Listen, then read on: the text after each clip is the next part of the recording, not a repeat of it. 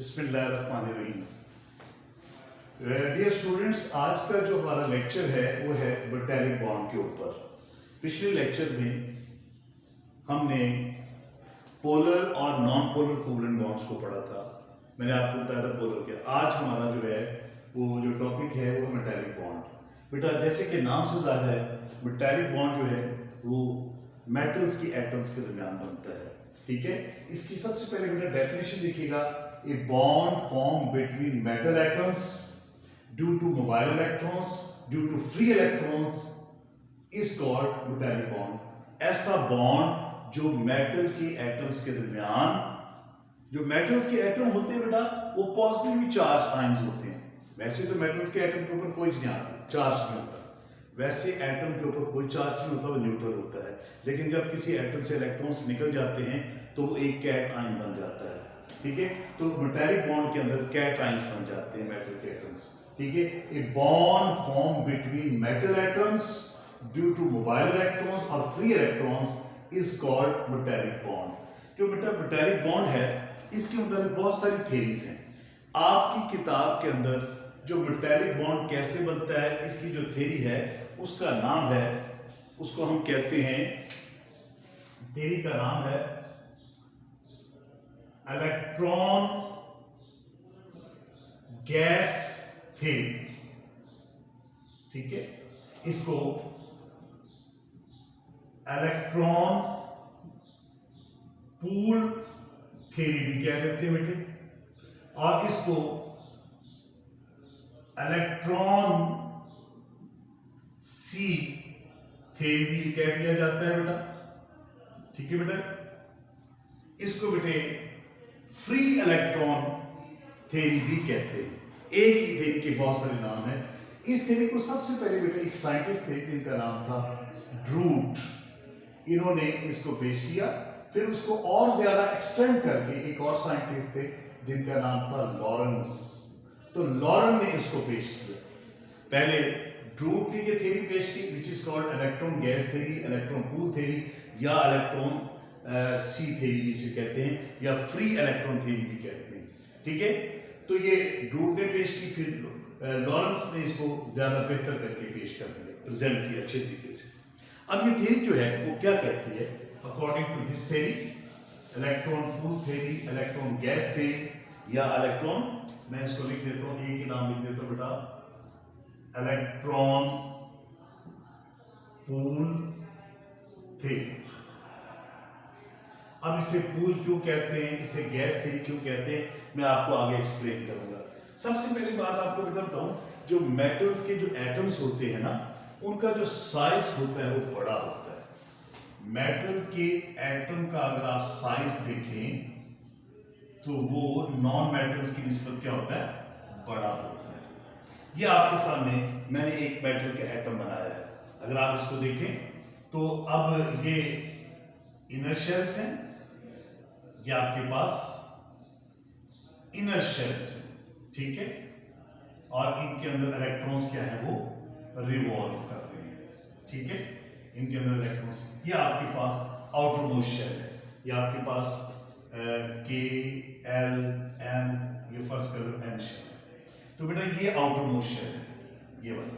तो outer most shell के अंदर जो इलेक्ट्रॉन्स पाए जाते हैं they are called valence electrons, इन्हें वैलेंस इलेक्ट्रॉन्स कहते हैं। ठीक है बेटे, पहली बात है बेटा कि मेटल्स के जो एटम का जो साइज होता है वो बेटा बड़ा होता है। दूसरी बात जो है, ठीक है, वो ये है कि इसके अंदर नंबर ऑफ शेल्स ज्यादा होते हैं, जिसकी वजह से ये जो इनर शेल्स होते हैं, ये जो इनर शेल्स हैं, ठीक है, इनर शेल्स के इलेक्ट्रॉन्स की वजह से न्यूक्लियस, देखिए न्यूक्लियस तो इस इलेक्ट्रॉन्स को भी खींच रहे हैं, पहले शेल की, दूसरे शेल के इलेक्ट्रॉन्स को भी अट्रैक्ट कर रहा है, तीसरे शेल को। न्यूक्लियस तो तमाम इलेक्ट्रॉन्स को अपनी तरफ अट्रैक्ट कर रहा है, लेकिन इनर शेल्स इलेक्ट्रॉन्स की वजह से, ठीक है, ये जो आउटर शेल के अंदर इलेक्ट्रॉन्स पाए जाते हैं, इनके ऊपर न्यूक्लियस की जो ग्रिप होती है वो वीक हो जाती है ड्यू टू इनर शेल्स। ठीक है, the grip between nucleus and last shell electron, valence electrons become weak, एक वीक हो जाती है। लिहाजा जब ये इनर शेल दरमियान में आ जाते हैं तो एक शील्ड बन जाती है, एक स्क्रीन बन जाती है, जिसकी वजह से न्यूक्लियस की इनके ऊपर क्या होती है, वो ग्रिप कमजोर हो जाती है। लिहाजा ये वाले इलेक्ट्रॉन्स इस ऑर्बिट को छोड़कर एटम्स के दरमियान जो स्पेसेस होती है उनमें आ जाते हैं। या दूसरे लफ्जों में आप कह लो कि मेटल के जो एटम्स होते हैं उनकी आयोनाइजेशन एनर्जी लो होती है। आपको पता है आयोनाइजेशन एनर्जी क्या होती है, the ability of an atom to lose the outermost shell electrons, या यूं कह लें कि वो कम से कम एनर्जी, यूं कह लें कि वो कम से कम एनर्जी जो किसी एटम के आउटरमोस्ट शेल में इलेक्ट्रॉन्स को निकालने के लिए इस्तेमाल होती है, कैटायन बनाने के लिए, उसे हम क्या कहते हैं, आयोनाइजेशन एनर्जी कह लो, आयोनाइजेशन पोटेंशियल कह लो। तो मेटल्स की आयोनाइजेशन एनर्जी लो होती है, मेटल्स आसानी के साथ क्या करती हैं, वो इलेक्ट्रॉन लूज कर देती हैं। मेटल्स क्या करती है बेटा, आसानी से इलेक्ट्रॉन लूज कर देती हैं। तो जब किसी मेटल के एटम में से इलेक्ट्रॉन्स निकल जाते हैं तो फिर वो एटम नहीं रहता, बल्कि वो क्या बन जाता है, पॉजिटिवली चार्ज आयन बन जाता है। तो मेटल्स के आयंस जिन्हें हम कहते हैं पॉजिटिवली चार्ज आयंस या कैटायंस कहते हैं, और वो जो इलेक्ट्रॉन्स होते हैं जो एटम्स के दरमियान जो स्पेसेस होती हैं उनमें घूम रहे होते हैं, उन्हें मोबाइल इलेक्ट्रॉन्स कहते हैं, फ्री इलेक्ट्रॉन्स कहते हैं। तो पॉजिटिवली चार्ज मेटल आयंस और फ्री इलेक्ट्रॉन्स के दरमियान क्या होता है, एक फोर्स ऑफ अट्रैक्शन पैदा होती है, एक इलेक्ट्रोस्टैटिक फोर्स पैदा होती है। किसके दरमियान बेटे जी, हाँ जी, metallic ions which are positively charged, ठीक है, विच आर पॉजिटिवली चार्ज, और जो आपके पास मोबाइल इलेक्ट्रॉन्स होते हैं, mobile electrons which are also called free electrons, इन्हें हम लोग डीलोकलाइज्ड इलेक्ट्रॉन भी कहते हैं, इन्हें हम डीलोकलाइज्ड इलेक्ट्रॉन्स भी कहते हैं। इनके दरमियान एक फोर्स पैदा होती है which is called electrostatic force of attraction, electrostatic force पैदा होती है। इस इलेक्ट्रोस्टैटिक फोर्स की वजह से मेटल के आयंस और मोबाइल इलेक्ट्रॉन्स आपस में जुड़े रहते हैं, ठीक है, ये इनके दरमियान एक फोर्स पैदा होती है। अच्छा, अगर आप देखें, अगर आप इस डायग्राम को देखें तो ये मैंने मेटल्स के एटम्स की एक डायग्राम बनाई है। तो आप देखिए मेटल्स के जो न्यूक्लियस होते हैं वो एक खास डिस्टेंस पे उसी तरह रहते हैं, लेकिन ये जो इलेक्ट्रॉन्स होते हैं जिन्हें हम मोबाइल इलेक्ट्रॉन्स कहते हैं, ये जो मोबाइल इलेक्ट्रॉन्स होते हैं जब किसी एटम के आउटरमोस्ट शेल में से निकल जाते हैं तो ये एटम्स के दरमियान जो स्पेसिस में आ जाते हैं, इनके दरमियान क्या होती है, वो स्पेसिस में आ जाती है, ये फ्री इलेक्ट्रॉन्स। अब ये फ्री इलेक्ट्रॉन जो है वो किसी भी एटम के साथ जुड़े हुए नहीं होते, वो किसी भी एटम के साथ लिंक नहीं होते, कभी एक एटम के पास होते हैं, कभी दूसरे एटम के पास चले जाते हैं, कभी तीसरे एटम से। तो ये इलेक्ट्रॉन्स मूव करते रहते हैं, जबकि इलेक्ट्रॉन्स मूव करते रहते हैं एक जगह से दूसरी जगह, जबकि एटम जो है उनके जो न्यूक्लाई हैं वो अपनी अपनी एक खास मेजरेबल डिस्टेंस पर, एक खास डिस्टेंस पर फिक्स रहते हैं। तो बेटा जब ये इलेक्ट्रॉन्स मूव करते हुए किसी एटम्स के गिर्द इकट्ठे होते हैं तो ऐसा लगता है कि जैसे इलेक्ट्रॉन्स का क्लाउड है, इलेक्ट्रॉन्स का सी है, इलेक्ट्रॉन्स का पूल यानी तालाब है। तो ऐसा लगता है जैसे इलेक्ट्रॉन्स का तालाब है और उसके अंदर क्या होता है, ये मेटेलिक आयंस जो होते हैं, ये जो एटम के मेटेलिक न्यूक्लाई होते हैं वो उसके अंदर सबमर्ज का मतलब है उसके अंदर डूबे हुए होते हैं। तो बेटा जब इलेक्ट्रॉन्स इकट्ठे होकर एक एटम के करीब आ जाते हैं तो इलेक्ट्रॉन्स की वजह से और इन पॉजिटिव चार्जेस की वजह से जो एटम्स के ऊपर आ जाते हैं यानी न्यूक्लाई के ऊपर आ जाते हैं, तो या कैटायंस कह लो बन जाते हैं। तो इनके दरमियान क्या होती है, एक फोर्स ऑफ अट्रैक्शन पैदा होती है।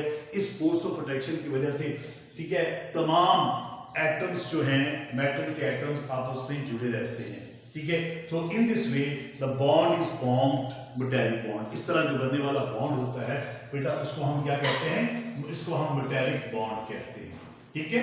अच्छा मैंने आपको एक दफा फिर बता दूं, इसे हम इलेक्ट्रॉन गैस थ्योरी क्यों कहते हैं बेटा, क्योंकि ये इलेक्ट्रॉन्स जो हैं ये जस्ट लाइक गैस मॉलिक्यूल्स, ये the electrons which are called free electrons, which are called mobile electrons, which are called delocalised electron. तो बेटा ये एक गैस की तरह एटम्स के दरमियान जो स्पेसीज होती हैं उसके अंदर ये मूव करते रहते हैं, इसीलिए इसे हम इलेक्ट्रॉन गैस थ्योरी कहते हैं। इसे पूल क्यों कहते हैं, इसे सी क्यों कहते हैं? जब ये इलेक्ट्रॉन्स इकट्ठे होकर एटम्स के न्यूक्लियाई के गिर्द इकट्ठे हो जाते हैं तो ऐसा लगता है कि जैसे न्यूक्लियस दरमियान में सबमर्ज डूबा हुआ है और इलेक्ट्रॉन्स के समुद्र के अंदर, इलेक्ट्रॉन्स के पूल के अंदर ये न्यूक्लियाई डूबे होते हैं। तो इलेक्ट्रॉन्स के नेगेटिव चार्जेस की वजह से और इन न्यूक्लियाई के ऊपर जो पॉजिटिव चार्ज होता है इनके ऊपर एक फोर्स पैदा होती है which is called electrostatic force. इस इलेक्ट्रोस्टैटिक फोर्स की वजह से क्या होता है, ये तमाम मेटल आयंस आपस में जुड़े होते हैं और इस तरह बनने वाले बॉन्ड को हम मेटालिक बॉन्ड कहते हैं। ठीक है, उसको हम क्या कहते हैं बेटा? मेटालिक। अच्छा बेटा एक और बात याद रखिएगा, ये जो मोबाइल इलेक्ट्रॉन्स हैं जिन्हें मैंने आपको कहा फ्री इलेक्ट्रॉन्स भी कहते हैं, जिन्हें डीलोकलाइज्ड इलेक्ट्रॉन भी कहते हैं, बेटा ये किसी भी एक एटम के साथ नहीं जुड़े होते। ये वैलेंस इलेक्ट्रॉन्स जो हैं होते हैं जो कि किसी भी एटम से निकलकर स्पेसिस में आ जाते हैं, ये ना तो किसी एक एटम के साथ जुड़े होते हैं और ना ही कोई एटम इनके साथ जुड़ा होता है। जिस एटम के गिर्द ये इकट्ठे हो जाते हैं, ठीक है, उसके अंदर जो न्यूक्लियाई डूब जाता है। तो बेटा तीन बातें मेटालिक बॉन्ड बनाने के लिए बड़ी जरूरी होती हैं। मैं आपको बता रहा हूं, एक तो मेटल के एटम का जो साइज होता है वो बड़ा होता है, दूसरा वैलेंस इलेक्ट्रॉन और न्यूक्लियस के नंबर ऑफ शेल्स क्या हैं वो होते हैं। जितने किसी भी एटम के वैलेंस शेल जितने ज्यादा होंगे और जितना उसके न्यूक्लियस के ऊपर चार्ज ज्यादा होगा उतना ही मेटालिक बॉन्ड क्या होगा, वो स्ट्रॉन्गर होगा। ठीक है बेटा। अच्छा तो मेटल्स की चंद प्रॉपर्टीज भी मैं चाहता हूं कि आपसे शेयर कर लूं। मेटल्स जो होती हैं, ठीक है, इनका मेल्टिंग और बॉइलिंग पॉइंट क्या होता है, वो ज्यादा होता है क्योंकि मेटल के आयंस के दरमियान और इलेक्ट्रॉन्स के दरमियान जो बॉन्डिंग होती है वो स्ट्रॉन्गर होती है। यही वजह होती है कि इनका मेल्टिंग और बॉइलिंग पॉइंट क्या होता है, वो हाई होता है। अच्छा मेटल्स जो है आपने देखा होगा आपके घर में जो बर्तन होते हैं वो किसी ना किसी मेटल के बने होते हैं। अगर आप कैटल यूज करते हैं, इलेक्ट्रिक कैटल, वैसे तो बाहर उसकी बॉडी प्लास्टिक की बनी होती है लेकिन उसकी अगर आप फिलामेंट को देखें तो वो मेटल का बना होता है। तो मेटल जो है they are good conductor of heat and electricity. They are good conductor of heat. इनमें से हीट भी गुजर सकती है, इनमें से इलेक्ट्रिसिटी भी गुजर जाती है। ठीक है, वो किस वजह से होती है, इलेक्ट्रिसिटी और हीट किस वजह से गुजरती है, due to free electrons. Mobile electron जो है वो उसकी वजह से गुजरती है। दूसरा जो है मेटल्स क्या होती है बेटा, वो हार्ड और हैवी नेचर की होती हैं। उसकी वजह यह है कि मेटल के एटम्स के दरमियान जो बॉन्डिंग होती है वो स्ट्रॉन्गर होती है। यही वजह होती है कि metals are hard and heavy. तो बेटा these are the few properties of metals. ठीक है बेटे, तो फिर एक दफा फिर डेफिनेशन बताने जा रहा हूं आपको कि ऐसा बॉन्ड जो मेटल आयंस जिनके ऊपर पॉजिटिव चार्ज होता है और मोबाइल इलेक्ट्रॉन्स की वजह से बनने वाले बॉन्ड को हम क्या कहते हैं, मेटालिक बॉन्ड कहते हैं। ठीक है बेटा, उम्मीद है कि आपको ये लेक्चर समझ आ जाएगा इंशाअल्लाह ताला। आप इस लेक्चर को बेटा गौर से सुनिएगा और उसके बाद अपनी किताब को रीड कीजिएगा। इंशाअल्लाह होप है मुझे कि आपको ये बड़ी अच्छी तरह समझ आ जाएगा। Thank you very much.